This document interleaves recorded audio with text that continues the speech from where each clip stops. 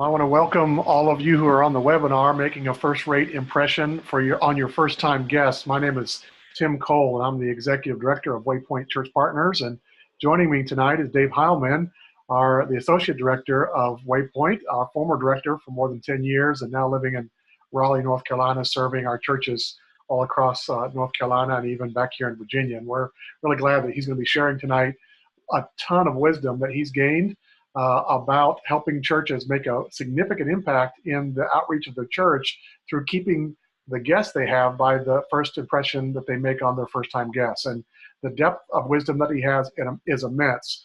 Before we do that, though, I just want to do a little bit of house cleaning. We want to welcome you if this is your first webinar that you've joined with Waypoint. We've been doing this since the spring. In February and March, we started doing a monthly webinar, and they're ministry-related topics in 55 minutes or less. So we're going to shoot to be done at 8:25 or less today.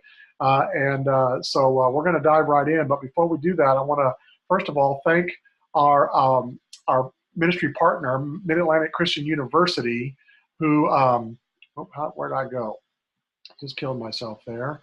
There we go. Our ministry partner, who is the sponsor and paying for our webinar platform to be able to do this for the whole year. So we're very thankful that they're partnering with us to equip the church to get on mission and stay on mission.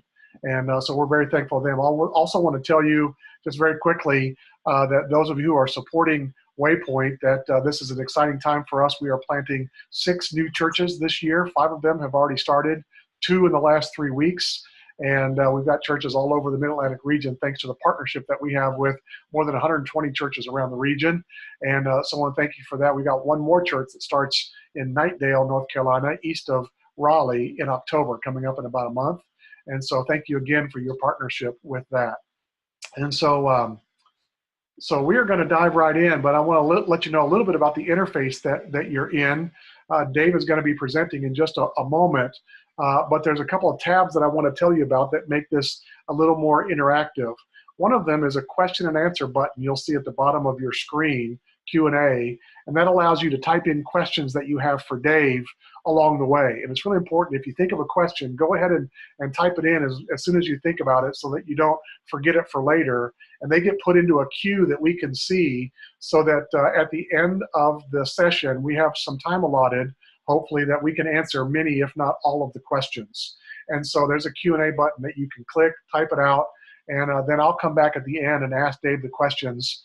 And even if we don't get to your question by the end of the session, we get a report after the session is over that gives us the question and who sent them to us. So we'll be able to answer your questions after the fact within the next day or so. There's also another button at the bottom of your screen that says polling, and we've got really just 2 of them for tonight, but it helps us know some information about the people that are on our session for the night. We had more than 60 registrants for this session tonight, leaders from all over the Mid-Atlantic region and beyond. Some of our webinars have had people from as many as 7 states join us for the training and teaching about how to do church really well. And so we want to welcome you all of that. So one of the things we want to do, I'm going to launch a poll here in a second, just to understand how many people are, I'm going to launch this right now, how many people are on our session tonight. We have so many computers, but we've learned through doing this that often there's 2, 3, 4 people, whole teams of people that will join the webinar. And so we have to kind of drive this poll to get a better glimpse of how many people are on each of our sessions. We've had approaching 400 people on one of our webinars so far this year, with several to go. So if you will, you are answering the questions, and there's a way I think I can show the answers here at the end, but then we'll have another poll in the middle of Dave's presentation. But all that being said, also want to let you know that you will receive a follow-up email tomorrow with some follow-up information that may be in Dave's seminar today. So links, there'll be a link to the slides that you're going to see. We often get requests, always get a request, hey, can I get a copy of the slide deck that you used? And so we will make that available in a link that you can grab tomorrow in the email that you receive in automated form from our webinar platform.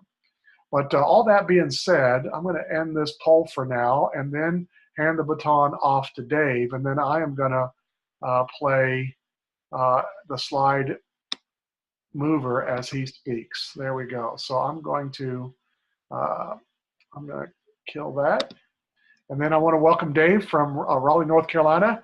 And Dave, hand you the baton and just really teach us all the wisdom you can about making a first-rate impression on our first-time guests. Okay, thanks, Tim. Let me add my welcome to those of you who are able to join us tonight. I will confess this is still a very new format for me, and I'm used to seeing people out there, and now I just see, unfortunately, myself. And it would be a whole lot better if next time we do this, you send in photographs. I could paste them on the wall up behind me, and I'd really feel good about that. But tonight, I just wanted to say thanks. I really do appreciate you coming for this. The idea behind this is that this can help change your church, but more importantly, it's changing people's lives. God brings people to your door for all kinds of reasons, and the better job we do at welcoming those guests, loving them, supporting them, encouraging them, the more people that grow in the kingdom. And welcoming guests, it's both an art and a science. There are certain things that if you do, you will get an outcome that you prefer. But it's also intuitive. You have to figure out in the context where you are, what works for you and what doesn't work, and what people can work best in the context where you are as well. So it's not a cut and dried, rote kind of learning process or unfolding process. It's not as much descriptive as it is giving a framework that you can work from. And not only is it important from that perspective, but we're also enjoined by the scriptures to be that kind of people, to be a hospitable people. Yet many churches barely do the minimum, welcoming their guests to the campus. I have been to churches where someone handed me a bulletin at the door almost reluctantly while they're in the midst of an argument with someone else at the door about something in the church they didn't like. I wish I could tell you that only happened once, but it didn't. Most try a bit harder than that. And there's almost always one or two people in that church who understand the anxiety that a guest experiences and are there to welcome them and smile and give them their name and try to bridge that gap. And they make a big difference in those churches. And there are a handful of churches that try really hard to offer a comprehensive approach to their guests. We're going to talk about that framework that I mentioned for that to occur in your church, because we're not only missing enormous opportunities for growth and service. If we're not taking care of our guests, we're not fully listening to God's word in our lives. Now, let me tell you first about the average church.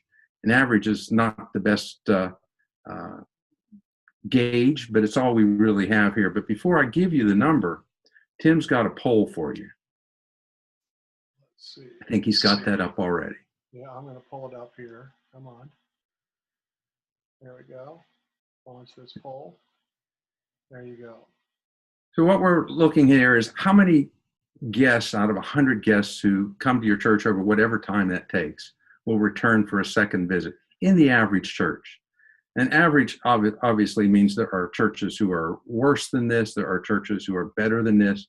And it's not really even a good measure, because if you have, 5 people with 2 apples and 1 person with 100 apples, your average is 18. And it doesn't reflect either reality. But average is really what we have to work with here. And your church is likely better because you're here, because you're concerned, you're active, you're caring about it. Yet still, most churches are stagnant, many in decline. And that could be, at least in part, to not being in Walt Disney's world, guest-centric, focusing on the people God brings to your door. I don't know if Tim's going to put that answer up or not, but I'm going to go ahead and tell you at this point, if you haven't already made your stab at how many, it's averages out to about 22 guests out of every 100 who will return for a second visit. And again, that doesn't mean they're in, because you'll lose more on the third and the fourth visit, but it's certainly a great starting point. On the theological perspective, even a cursory reading of the Old Testament will bring up many examples of hospitality, and that was often shared at great personal sacrifice. I think about the widow who shared very, very little bit of resource with the prophet Elijah, and how that changed his ability to go forward in the mission that God had placed before him. But the New Testament is also replete with reminders to show hospitality, places where we are told to be hospitable, to care for the stranger as well. It's even among the qualities that we are to look for in those who would lead the church. And part of our difficulty is with the word and what we perceive it to its modern meaning is to us. It's not how well you can host a dinner party because you know what side of the plate the napkin and the fork are placed, for example, which, by the way, is on the left. Just kind of giving that so Tim can do a better job. And you never put the cutting edge of the knife facing to your hand, always to the plate. Anyway, I was really disappointed at my current primary translation in my devotional reading, which is the New Living Translation. Because when I read this passage in 1 Timothy 3:2, it just reinforced that slightly wrong meaning. Timothy reads in that version, he must enjoy having guests in his home. No. Well, it's not wrong to enjoy having guests in your home, but it's certainly not the primary meaning of the word that is translated hospitality. The word is a compound Greek word meaning lover of strangers.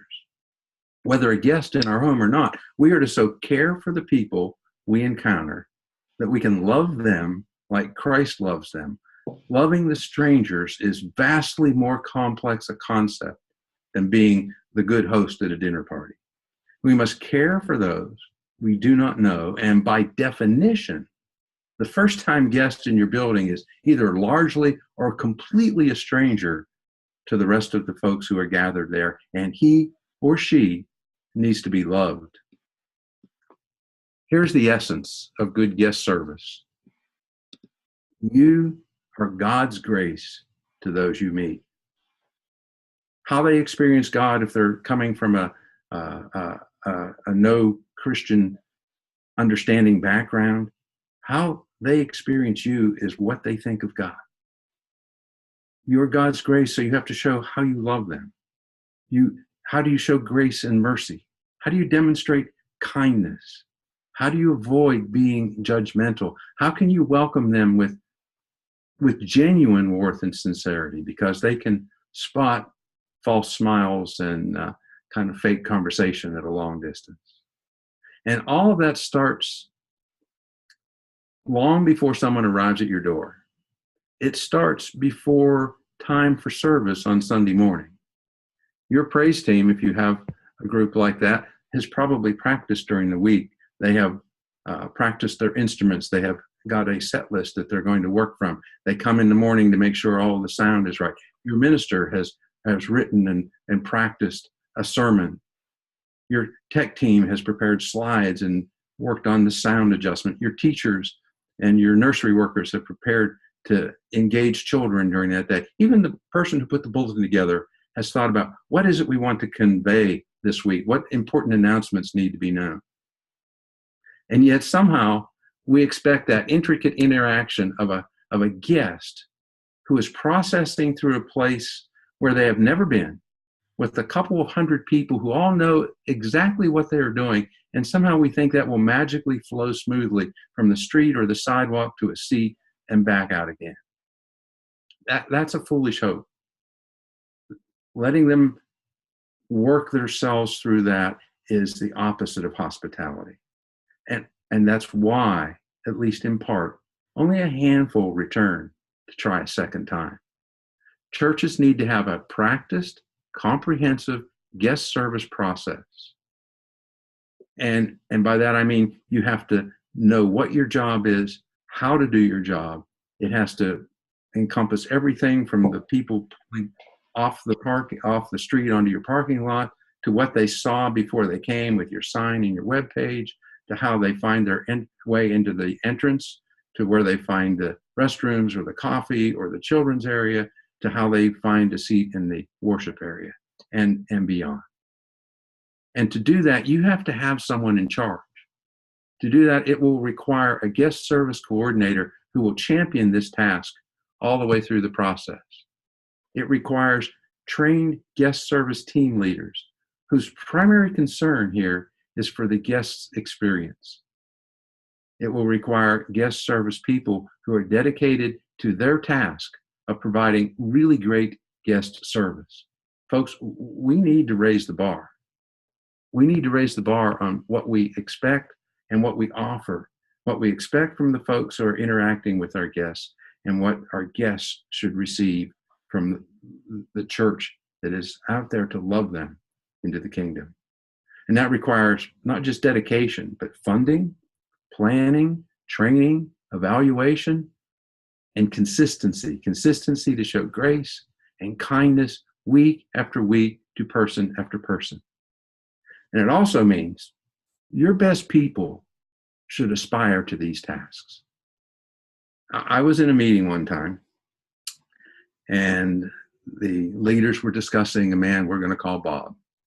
And Bob apparently was not very self-aware, kind of spoke out of turn occasionally, wanted always to do a communion meditation or teach a class. And they were forever trying to steer him away from those. And I'm in this meeting listening to these men, and one of them said, well, Bob, at least he could hand out bulletins. And I really felt for them because they were trying hard to find this man a task. But they decided to place the man who speaks inappropriately and is really not self-aware of how he comes across, to where he will interact with every single person who walks in that building. We should have our best people there. We need to raise the bar of service. We need to say that if you want to be a part of this team, you need to really love the people God brings here, and need to love them in concrete, positive, enriching ways. So what elements are required if you're going to develop a comprehensive guest service plan? Probably the very first thing, and it makes sense, is preparation. That involves certainly the coordinator, the team leaders, probably staff folks, and others who are doing other things in the church who need to be brought into the reason why they're doing them. So the mission of the preparation is simply readiness. And all that has to happen, again, before Sunday morning. That's scheduling. Who's going to be where? Who's substituting for whom? It requires training. You need to know what you are supposed to do, what you're not supposed to do, when you should arrive, when you should leave, and in fact, when you should come back. Good guest service isn't just welcoming them into the building, but it's thanking them as they leave. So there are places that we would be needing to do that as people exit the building. It's cleaning, it's planning, it's recruitment, it's gathering supplies. I have been in church after church where something is missing on Sunday morning.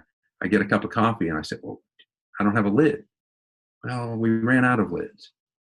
I went to one church one day, and the lady beside me was asking, where's the cream? And the response was, we sent, I'll use Bob again, he was a good helper. We sent Bob to get cream because we were out. Well, Sunday morning is not the time to be gathering your supplies. And then there's also what we're going to call the huddle. We'll talk a little bit more about that in a minute. So that's preparation.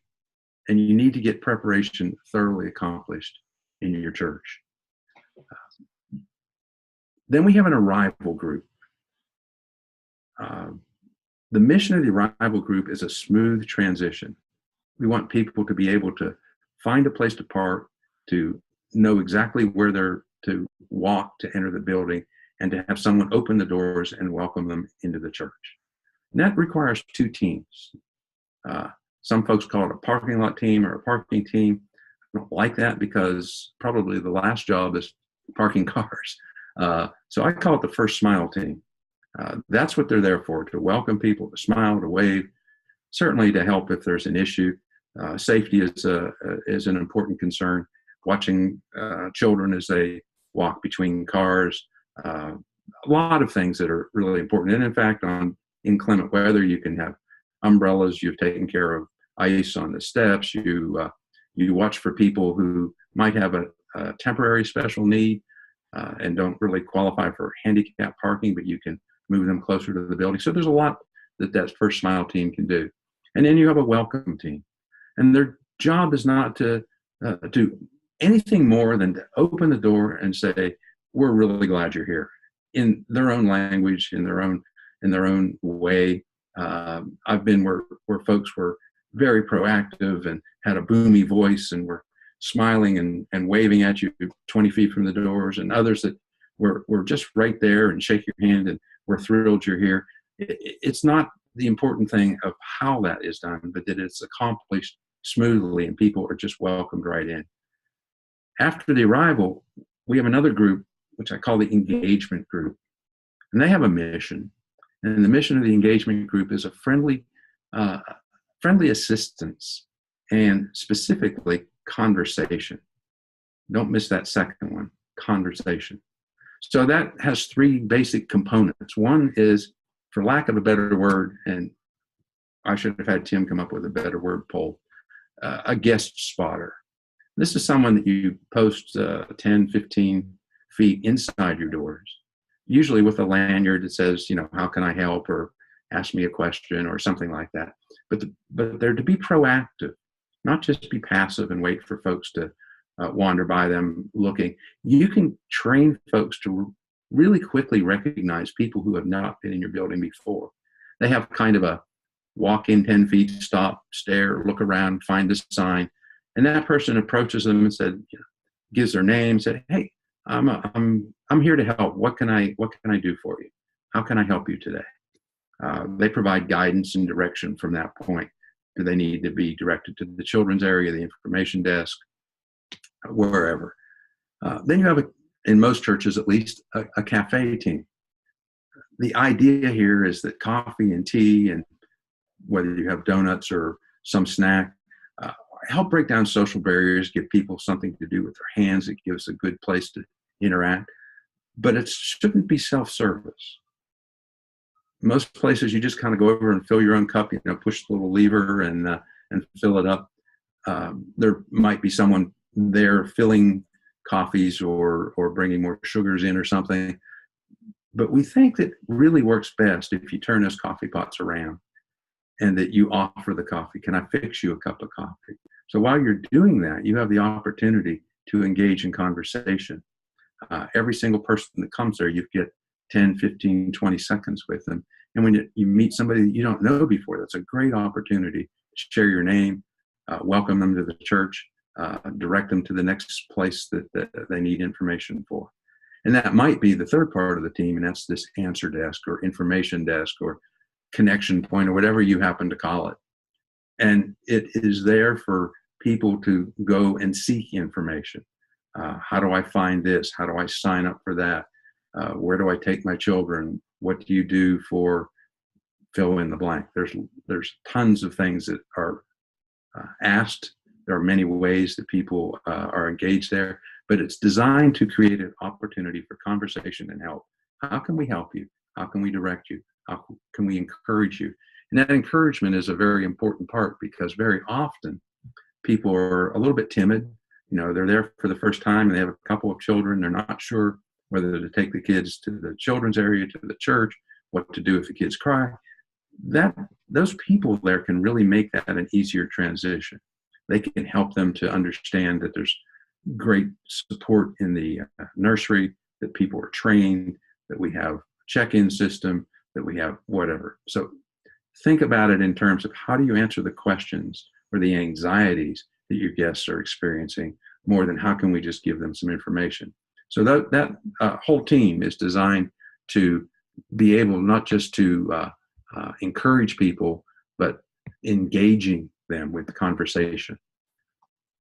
The fourth group, I lose track, is the encounter group.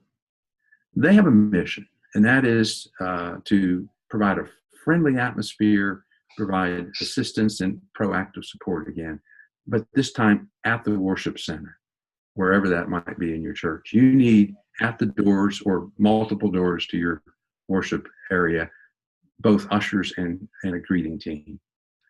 Ushers, because there are things that happen When people are standing, for example, to sing the first couple of songs in your worship, very often that's when your guests arrive.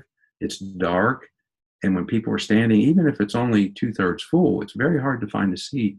Your ushers can make that a much, much easier process instead of them wandering partway up an aisle and feeling, oh, there's nobody here, and then walking back and feeling like they're on a spotlight. Your greeters are there to hand them, if you use a bulletin or if you have some kind of handout. This is where you do it, not at the front door. You don't want to give them 4 or 5 pieces of paper to hang on to while they try to get coffee and get their kids situated or take their daughter to the restroom or whatever they're needing to do. Those papers will get stuck somewhere. You give them to them on the way in the door. It's even not a bad idea to point out some of the things that you are giving them if you want them to respond to something. They're also there to be aware that during the worship service, people sometimes need to exit. Sometimes there's a little crisis or an emergency, or you have way more people this week than you expected. Someone needs to go fix communion for them. So that's what the usher greeter team is designed to do in the encounter group. Then we have zone greeters. Zone greeters are people who are just comfortable sitting in a certain place in your church. So you assign them 3, 4, 5 rows of seats, or 30 seats, or 50 seats, and 5 or 7 minutes before church, have them get up and greet the people that are in those seats. And when they come across someone that they don't know, they just introduce themselves, acknowledge they don't know them, ask for their name, get 2-minute, half-minute conversation. What brought you here? How did you find out about us? Something, and then just process through all of the people, not just your guests, who are in that area, so they're not singled out. And when you get back to your seat, you make a couple notes about any new people you met, and those can be turned in afterwards. It might help your staff make a better connection. And then finally, you need a staff liaison. Everything in your worship service needs to have a guest-friendly tinge to it. How you do offering, how you do communion, not just explaining to them what you're doing. For example, in communion, we're doing a devotion and expecting them to know, but telling them how you take communion there, what to do specifically, how to open those little packages if that's what you're giving them, what to do with the empty cup, what to do if they don't want to take communion, because there are people who come to church who haven't done this for a long, long time, or maybe never, and they're not sure, am I allowed, should I? So you need to make sure that if they're uncomfortable, that you've made them comfortable. You've said, if this is something that's new to you and you're not sure about it, just let it pass. It's absolutely fine. You're not required to do anything with these, or however you can phrase that a lot better than I just did. Your connection cards, they need to be not just in something, but highlighted. You need to pick one up and hold it and tell people what you are going to do with it, why you want them to fill it out. And most churches have way, way too much information on them. I see cards that have name, address, phone number, children's names, what grade of school they're in, how did you find out about us, do you want more information about the church, or becoming a Christian, or serving as a volunteer, and on and on and on. If you make those simple, people are much more likely to fill them out. If you ask them for their name, for their email, and for their phone with 3 blocks on a card, the chances of them filling out will rise exponentially over a card that has many, many, many things on it. All the rest of that information, if they fill out their name and their phone number and their email, can be acquired as you meet and talk with them over the next few days and weeks. So it's not that you need that up front. You also need to make sure that you're welcoming. Your announcements are geared to your guests. Announcements that say, see my wife after the church if you want to do this, or see Tim if you want to play golf this week, or Bill if you want to be on the softball team. And no one knows who Bill or Tim or my wife are unless they have been a part of that church. So right away you're telling them, once you're inside, you'll kind of get this, but right now we recognize that you're not. So make things friendly and easy to access for all of them. And you need someone on the staff that's working to make this happen so that every week the slides are done well, the announcements are done correctly, the process is unfolding like you envision to make your guests really comfortable. Your fifth group is the connection. I'm going to interrupt before you get Okay. to the fifth group there. And I just want to ask one of the questions that have been typed in so far, just so that people know that they can start typing in questions that we'll have time here at the end of the session for. So I'm going to ask one, but for the rest of our participants on the webinar tonight, if you've got a question about anything that Dave has said so far or over the next little bit, go ahead and type in your question and we'll get to that. So the first question that was typed in was, can the guest spotter also be the information person? No. I mean, obviously they could, but it isn't the very best thing to do, because now they can know what the person in the information desk knows, but their job is to actually meet those guests as they come in, to interact with them, to converse with them, and to direct them to the next thing they need. If they're the information desk and I'm trying to explain how to check what hall to go in to take your children, or waiting for somebody to escort them back there, or doing something else, 3 or 4 more guests might walk in. You should have at least 2 people doing that, and they should not have to spend the time answering complicated questions. I can't even right this moment think of a complicated question, but if you talk to the folks in your information desk, they will come up with several that they've done where somebody not only asks a question, but a follow-up and a follow-up and a follow-up, and it might lead down another different direction. And so if you tie that person up, they're not going to be able to spend the time looking for the next guest and getting them to where they need to be. It's a little bit like, if I can use an analogy, like if your preacher goes to the entrance to the worship center right after church and shakes hands with everybody that walks out, you don't get to spend time with, very much time with anyone. And your guests feel that pressure as they come through. So they're anxious to just move that line along, and they don't want to stand and talk with the minister. Same thing kind of applies here. They might not feel that same pressure, but the person whose job it is to identify and greet and welcome and direct everyone coming through the door is going to feel pressed at this point.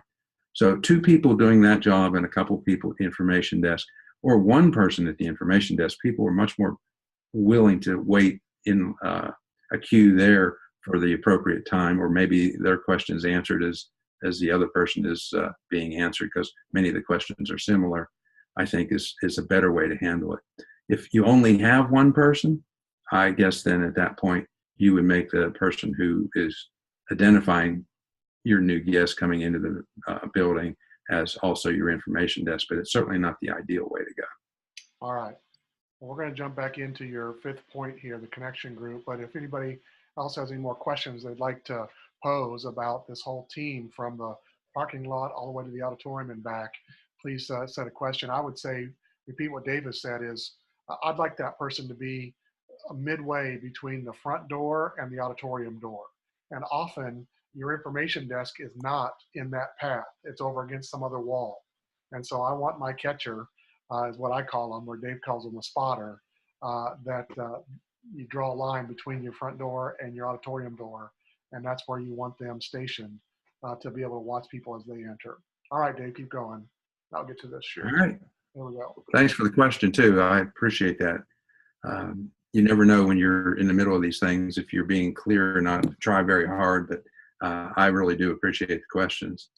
The last primary group here is your connection group. And their mission is pretty obvious. It's to collect accurate data, first of all, and get it where it needs to be. And then both encouragement and invitation to the guests who have come through. So in that group, you need a data entry person and a backup person.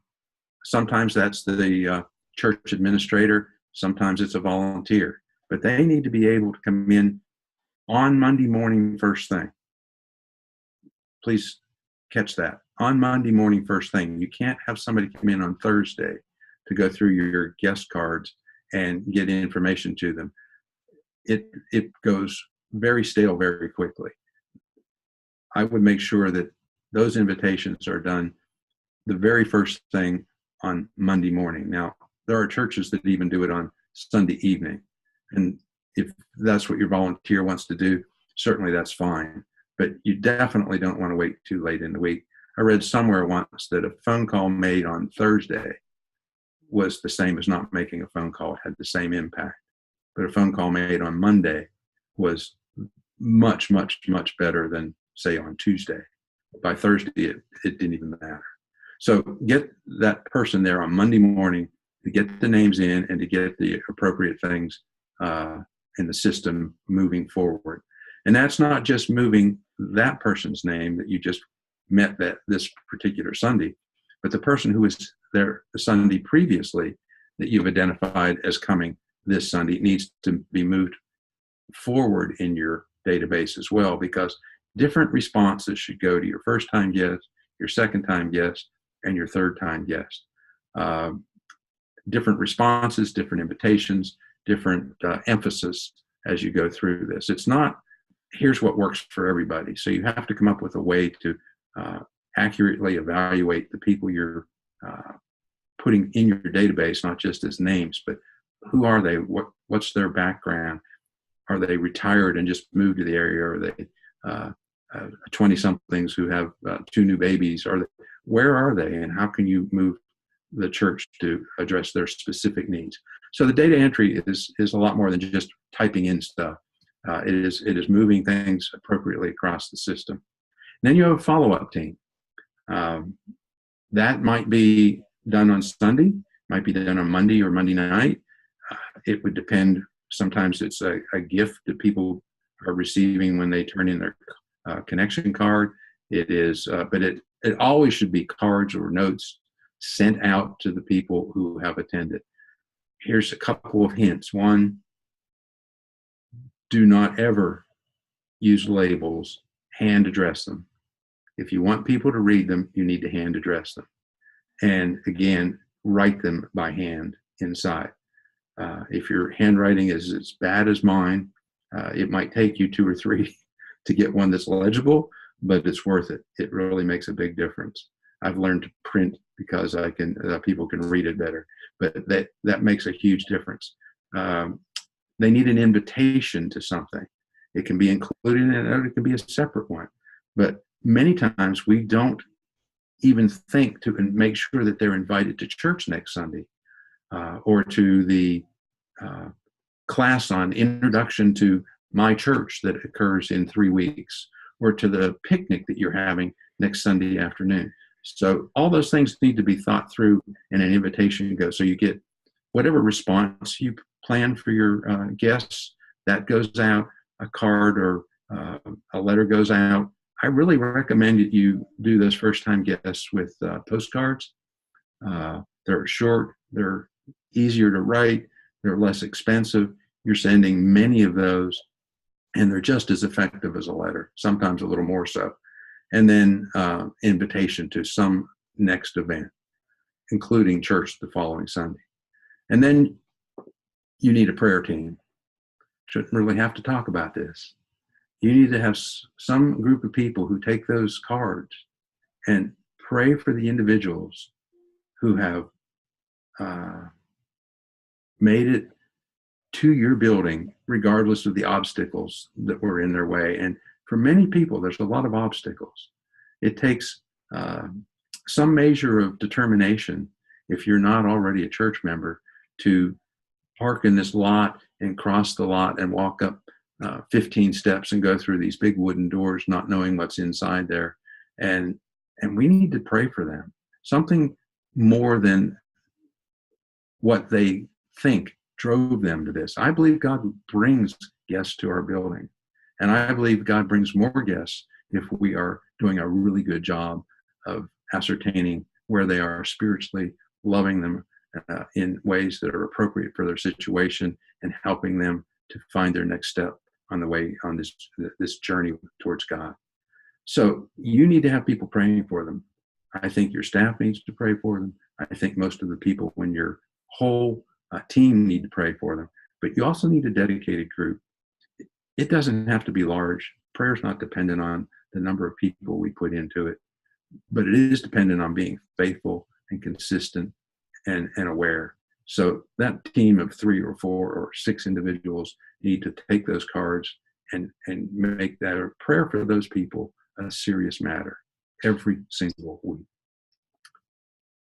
So what holds all this together? That's a lot of stuff. That's a whole lot of stuff.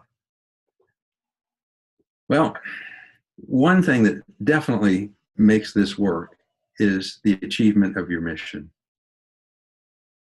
If your church is that average church and you've been getting 22 guests to return out of 100, and all of a sudden you're getting 40 guests to return out of 100, or 50 guests out of 100, or 60 guests out of 100.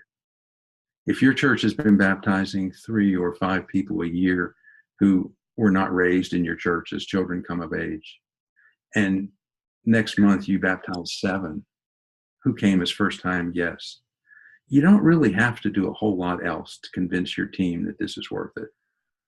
So let people know how you're doing. Let them know how you're doing on this mission of loving and serving and welcoming guests into your church. Second thing that helps here is your leadership. The leaders who are staff members, they need to pay attention to this. They need to provide the resources and the encouragement to the leaders of the teams and give them the resources they need to accomplish what they've asked them to do. And the guest service person has a huge job. It's a staff level job. It's not necessarily have to be a paid job, but it's a staff level job. And that person is doing a lot of things to keep people motivated and encouraged all the way through the week. There's the accountability. It has to be ingrained in your teams.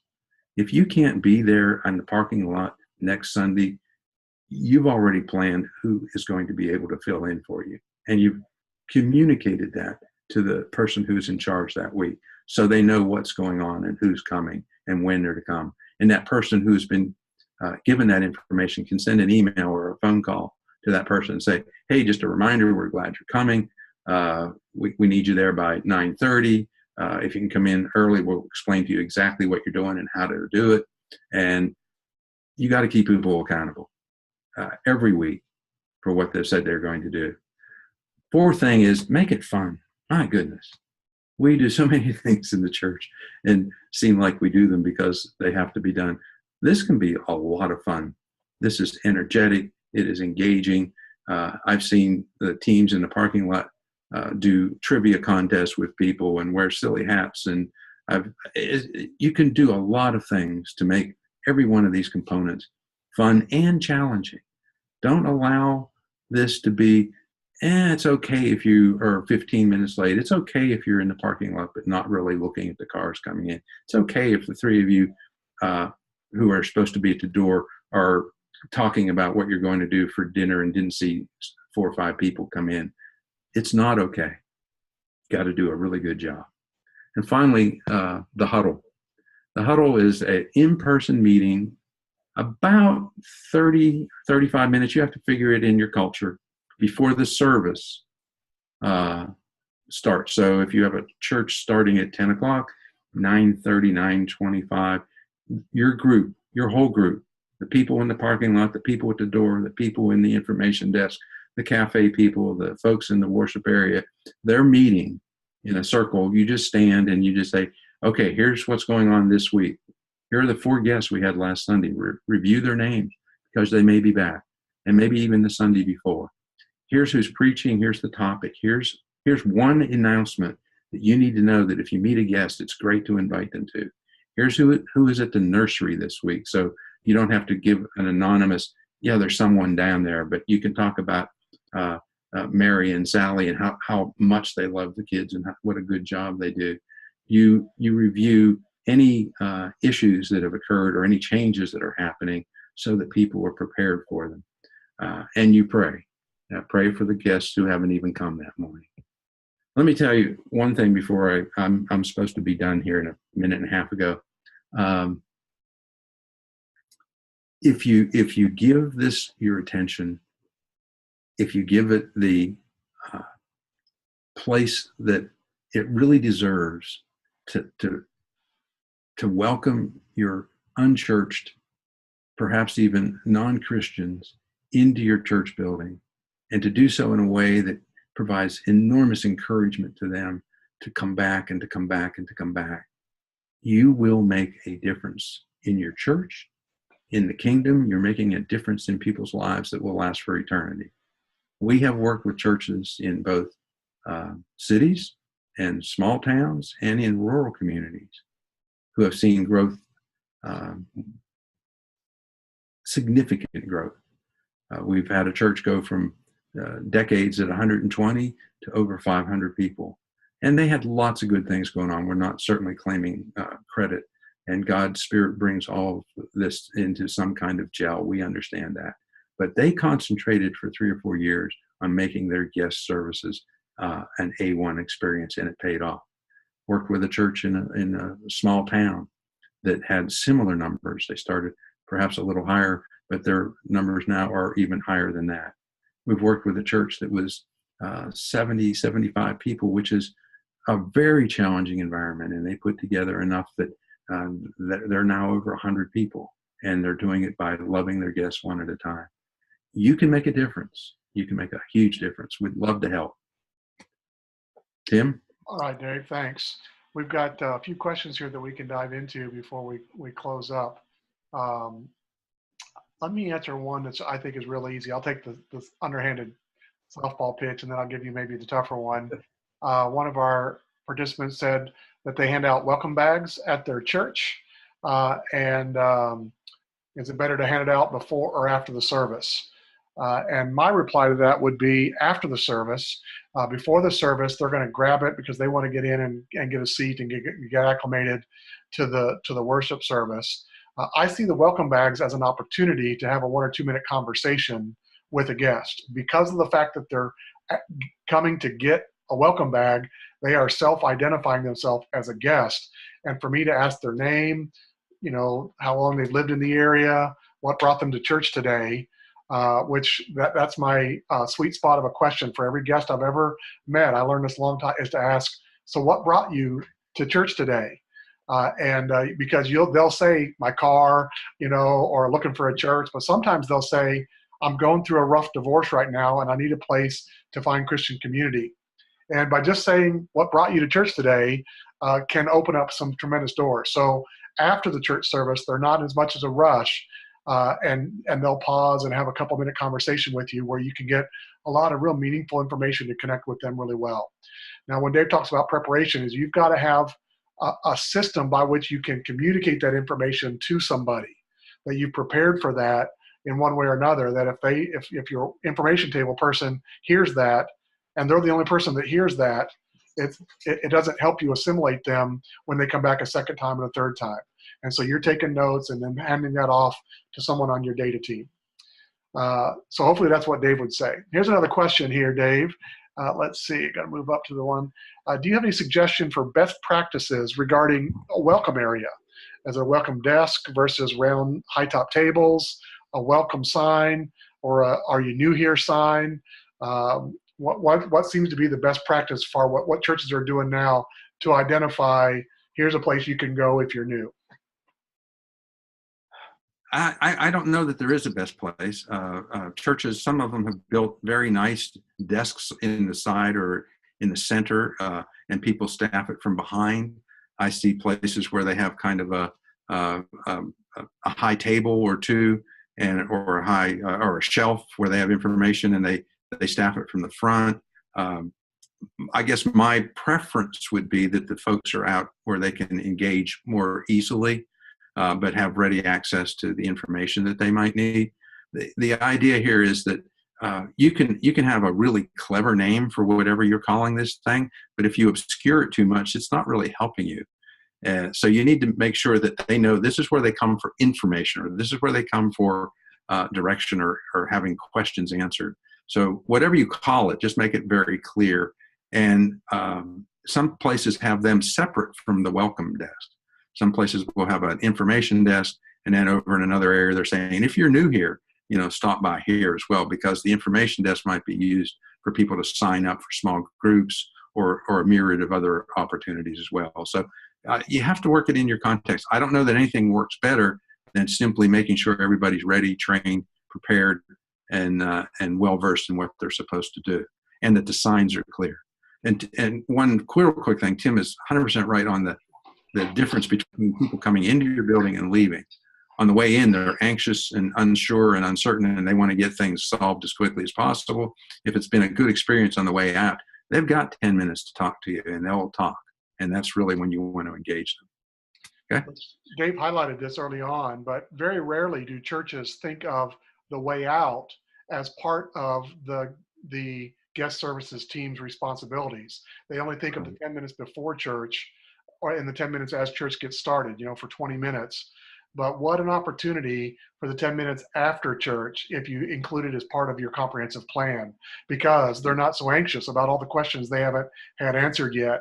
Now those 90% of the questions are answered, and they'll stop and chat. So that's part of your vision for welcoming them in and then thanking them for coming, and that's a big deal.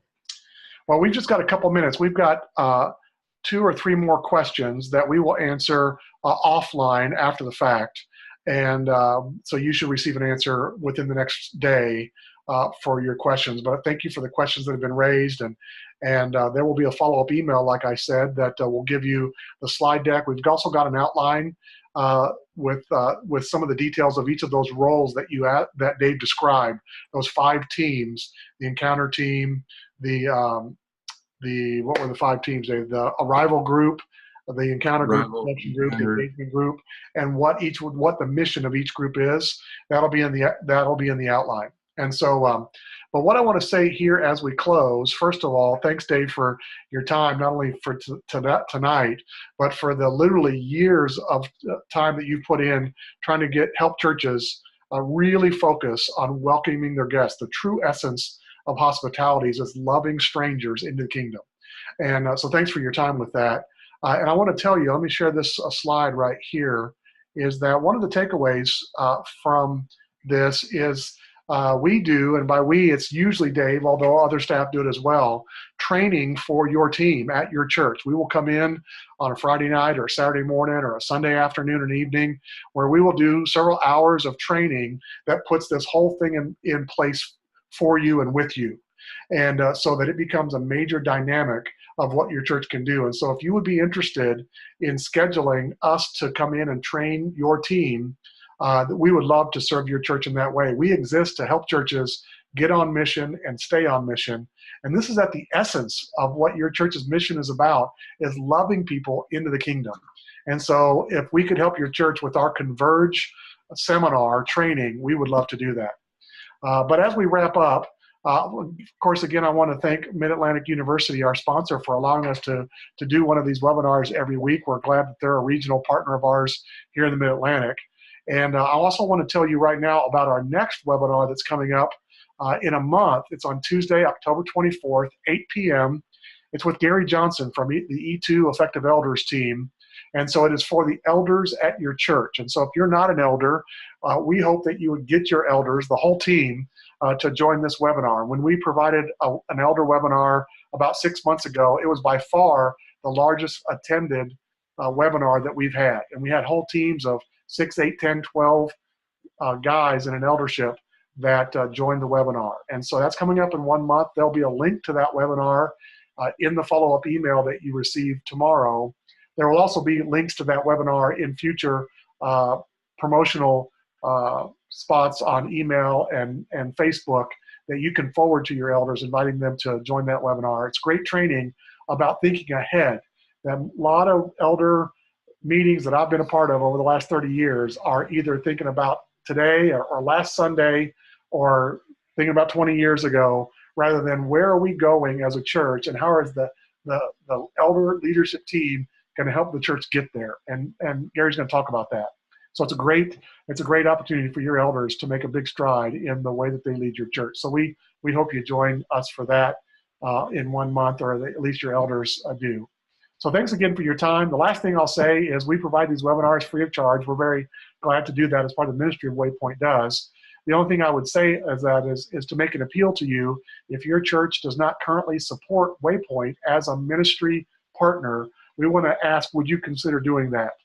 We have over 100 churches, 120 churches that make us a regular support of theirs to allow us to serve churches and start new ones. And so it's a great mission that your church can support. And if your church does support Waypoint, we would ask, would you consider increasing your support for Waypoint in 2018? That we can do far more if we had the resources to do that with more staff, more programs, and so on. And so we would love for you to increase the support that you give to Waypoint in your next budget year. So thanks for your time. We're really glad that you've been a part of this. We've had great attendance today with great stuff to deal with. And so please be on the lookout for the email tomorrow that'll link you to the resources you'll need to make a big difference at your church. So have a good night.